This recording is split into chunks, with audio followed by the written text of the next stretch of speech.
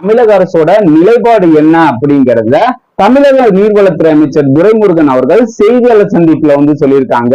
தமிழகத்துக்கு ஜூலை இறுதி வரைக்கும் ஒரு டிஎம்சி தண்ணீர் தினமும் கொடுக்கணும் அப்படின்னு காவிரி ஒழுங்காற்று குழு உத்தரவிட்டிருக்காங்க. காவிரி ஒழுங்காற்று குழு அப்படிங்கிறது தமிழகத்தோட குழு கிடையாது.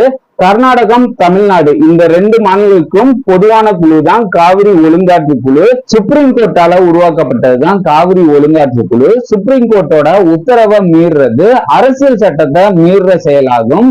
சுப்ரீம் கோர்ட் அப்படிங்கிறது கர்நாடகா மாநிலத்துக்கு மட்டும் சொந்தமானது கிடையாது, இந்தியாவுக்கே சுப்ரீம் கோர்ட் சொந்தமானது.